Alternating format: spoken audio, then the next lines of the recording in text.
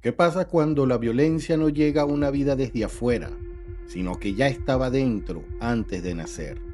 Bienvenidos a Antequera X. Hoy vamos a abrir un expediente que lleva décadas generando el mismo debate de criminología, psicología y justicia. ¿Nace un asesino o lo fabrican?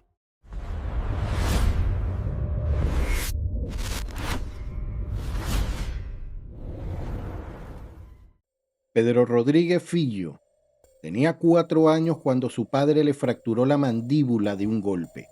Tenía 13 cuando estuvo a punto de matar a un primo metiéndolo en una prensa de caña de azúcar.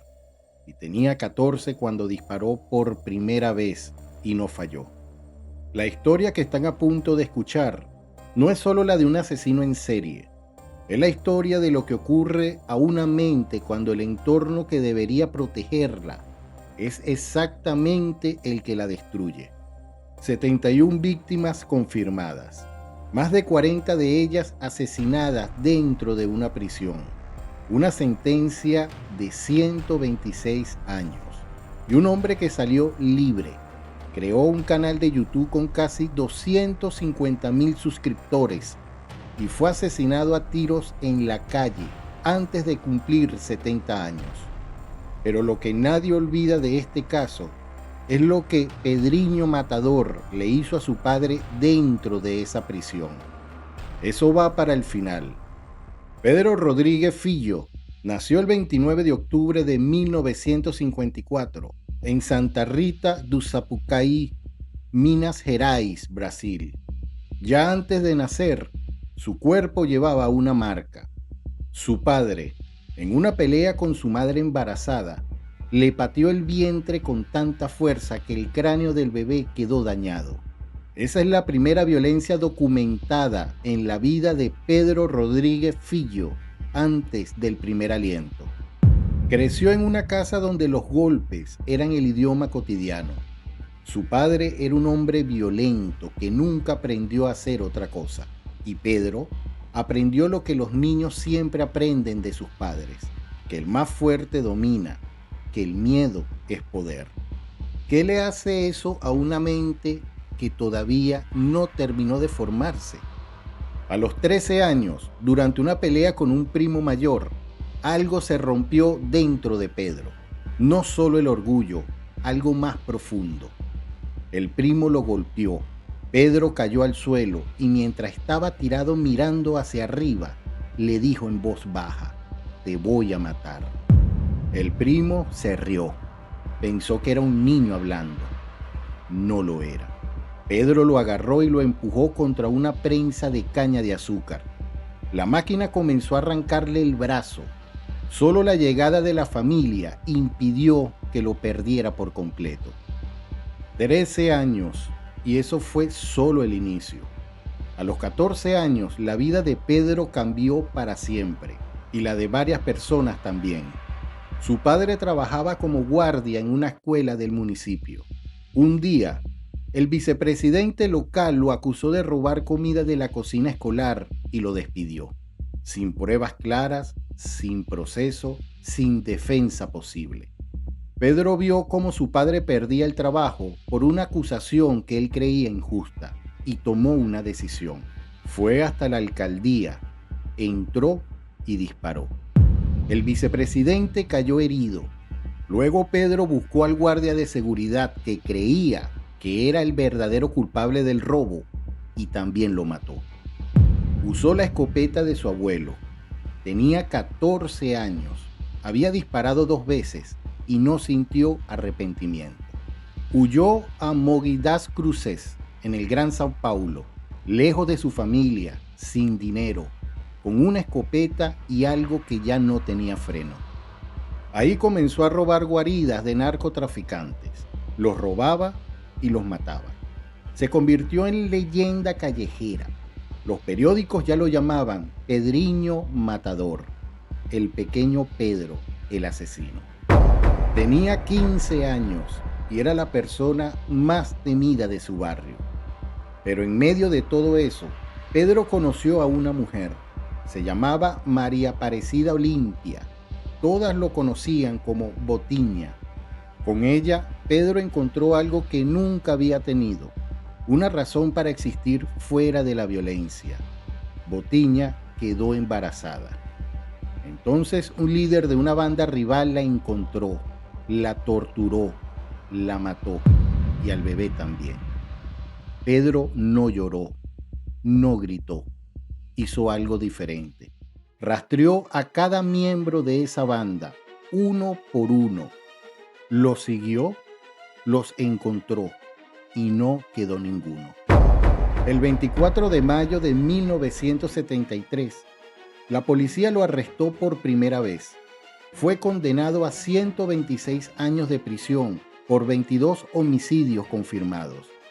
Mientras lo trasladaban en el furgón policial, esposado con otro preso, Pedro mató al hombre que iba sentado a su lado. Cuando los policías abrieron las puertas y vieron al otro preso muerto, Pedro respondió: era un violador. El sistema lo encerró, pero nadie entendió todavía que encerrar el cuerpo de Pedro Rodríguez Fillo no era suficiente. Dentro de la cárcel, Pedriño Matador no paró. Mató a otros 43 reclusos dentro del sistema penitenciario. Narcotraficantes, violadores, asesinos. Su criterio era muy simple. Si habías hecho daño a alguien inocente, eras su próxima víctima. Piénsalo un momento. Este hombre estaba encerrado, vigilado, esposado en ciertos momentos, y aún así el sistema no pudo detenerlo. Se tatuó en un brazo 3 palabras: mato por placer. Mato por placer. No como advertencia, como declaración de principios. En 1985 mató a 4 presos durante un motín y fue trasladado a la prisión de Taubaté. En 1987 casi mata a golpes a Osmani Ramos, uno de los criminales más conocidos de la historia brasileña. Y fue en esa prisión donde llegó la noticia. Su padre había matado a su madre, 21 puñaladas. Si este caso te está impactando tanto como a mí, te pido un favor antes de seguir.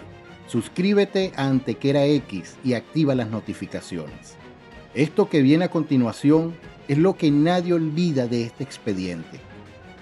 Pedro entró a la celda de su padre y lo apuñaló 22 veces. Y él le dio 21 puñaladas a mi madre.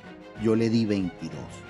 Eso fue lo que Pedro Rodríguez Filho le dijo al periodista Marcelo Rezende en una entrevista a Record TV que se hizo famoso en todo Brasil. Pero no terminó ahí.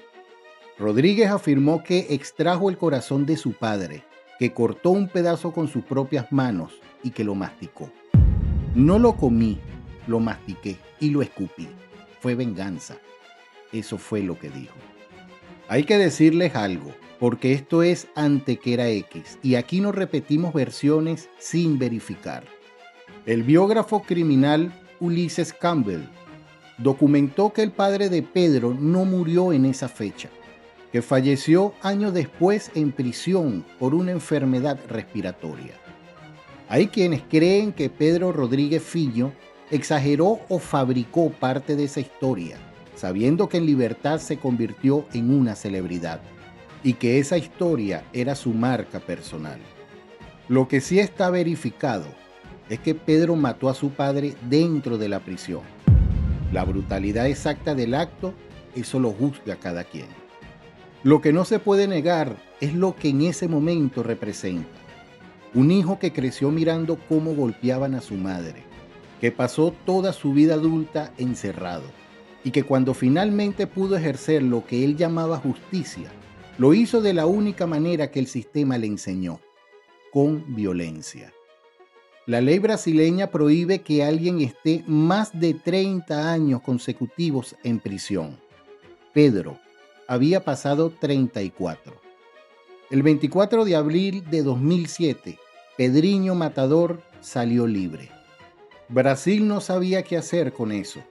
La prensa lo siguió a todas partes. Se convirtió en una celebridad oscura. entrevistado en programas nacionales y reconocido en las calles. En 2018, siguiendo el consejo de un amigo, creó un canal de YouTube llamado Pedriño Ex Matador. 242,000 suscriptores, 36 millones de reproducciones. Hablaba de crímenes modernos. Daba consejos a jóvenes para no repetir sus errores. El mismo sistema que lo fabricó lo convirtió décadas después en espectáculo. El 5 de marzo de 2023, 2 hombres encapuchados salieron de un automóvil frente a su casa en Mogi Das Cruces. Dispararon 6 veces. Pedro Rodríguez Fillo murió en la misma ciudad donde había comenzado su huida, casi 60 años antes. Tenía 68 años y nunca se supo quién lo mandó a matar. Este caso nos obliga a hacernos una pregunta incómoda. Pedro Rodríguez Fillo fue víctima antes de ser victimario. Fue un niño al que le fracturaron el cráneo antes de nacer, al que lo golpearon a los 4 años, al que nadie fue a rescatar cuando todavía había tiempo. ¿Eso lo exculpa? No. Sus víctimas son reales. Su dolor no justifica el dolor que causó. ¿Lo explica? Completamente. Y esa es la pregunta que les dejo esta semana. ¿Creen que Pedriño Matador era un monstruo que nació roto o fue el sistema, la familia, el Estado, la sociedad el que lo construyó pieza por pieza? Déjenme su respuesta en los comentarios. 2 posturas, un debate que lleva décadas sin cerrarse. Suscríbete a Antequera X, activa las notificaciones y sigamos buscando la verdad en los casos más oscuros.